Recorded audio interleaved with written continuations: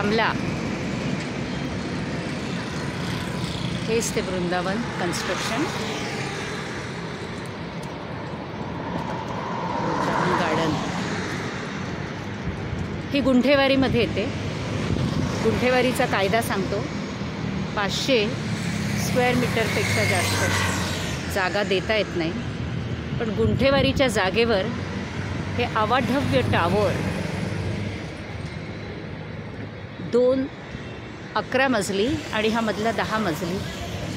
15% जागा ही शासनाची होती, शासनाला देणं गरजेचं होतं।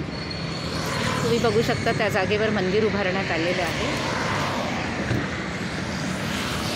नागपूर सुधार प्रन्यास यांचा आणखी एक भ्रष्ट कारभार थांबला।